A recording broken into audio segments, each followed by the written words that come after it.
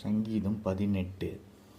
என்னிலும் அதிக பலவான்களாயிருந்த என் பலத்த சத்ருவுக்கும் என்னை பகைக்கிறவர்களுக்கும் என்னை விடுவித்தார். என் ஆபத்து நாளில் எனக்கு எதிரிட்டு வந்தார்கள், கர்த்தரோ எனக்கு ஆதரவாயிருந்தார்.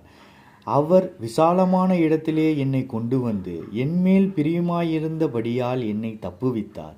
கர்த்தர் என் நீதிக்கு தக்கதாக எனக்கு பதிலளித்தார். என் கைகளின் சுத்தத்திற்கு தக்கதாக எனக்கு சரிகட்டி கர்த்தருடைய வழிகளை கைக்கொண்டு வந்தேன். நான் என் தேவனுக்கு துரோகம் பண்ணினதில்லை. அவருடைய நியாயங்களையெல்லாம் எனக்கு முன்பாக நிறுத்தினேன். அவருடைய பிரமாணங்களை நான் தள்ளிப்போடவில்லை. அவர் முன்பாக நான் மௌனமாயிருந்து என் துர்க்குணத்திற்கு என்னை விலக்கி காத்து கொண்டேன்.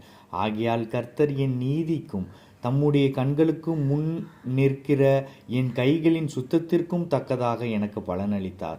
தயவுள்ளவனுக்கு நீர் தயவுள்ளவராகவும், உத்தமனுக்கு நீர் உத்தமராகவும், புனிதனுக்கு நீ புனிதராகவும், மாறுபாடு உள்ளவனுக்கு நீர் மாறுபாடுகிறாகவும் தோன்றுவீர்.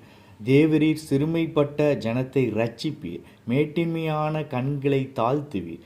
தேவரீர் என் விளக்கை ஏற்றுவீர். என் தேவனாகிய கர்த்தர் என் இருளை வெளிச்சமாக்குவார். உம்மாலே நான் ஒரு சேனைக்குள் பாய்ந்து போவேன். என் தேவனாலே ஒரு மதிலை தாண்டுவேன். தேவனுடைய வழி உத்தமமானது. கர்த்தருடைய வசனம் புடமிடப்பட்டது. தம்மை நம்புகிற அனைவருக்கும் அவரே கேடகமாயிருக்கார். கர்த்தரே அல்லாமல் தேவன் யார்? நம்முடைய தேவனே அன்றி கன்மலையும் யார்? என்னை பலத்தால் இடைக்கட்டி என் வழியை செவ்வைப்படுத்துகிறவர் தேவன்.